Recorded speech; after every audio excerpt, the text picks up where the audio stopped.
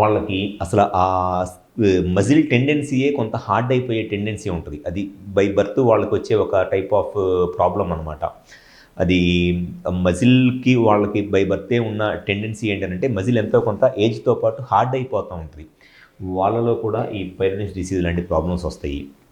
So ఈ problems వచ్చిన వాళ్ళకి ఉండే సమస్య ఏంటి అని అంటే, పెన్నిస్ గట్టిగా అయినప్పుడు సెక్స్ చేద్దాం అనుకున్నప్పుడు పెన్నిస్ అనేది ఇట్లా బెండ్ వచ్చేస్తుంది. సో ఈ పెన్నిస్ బెండ్ రావటం వల్ల సెక్స్ చేయడానికి వాళ్ళకి పొజిషన్ అనేది కుదరదు. అండ్ దాంతోపాటు ఈ పెన్నిస్ బెండ్తో పాటు ఈ పెన్నిస్లో పెయిన్ కూడా వచ్చిందనమాట. పెయిన్ రావటం వల్ల సెక్స్ చేయడానికి అసలు ఇంట్రెస్టే చూపించరు.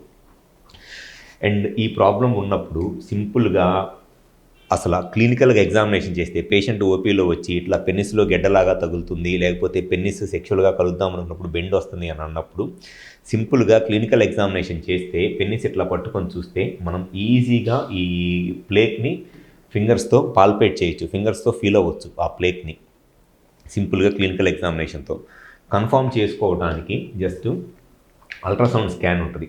అల్ట్రాసౌండ్ స్కాన్లో అసలు ఆ ప్లేక్ ఎంత హార్డ్గా ఉంది అనేది ఈజీగా అర్థమైపోయింది. అల్ట్రాసౌండ్ స్కాన్ చేయించినప్పుడు ఈ ప్లేక్ అనేది ఈజీగా ఇట్లా స్కాన్లో కనపడిపోతూ ఉంటుంది.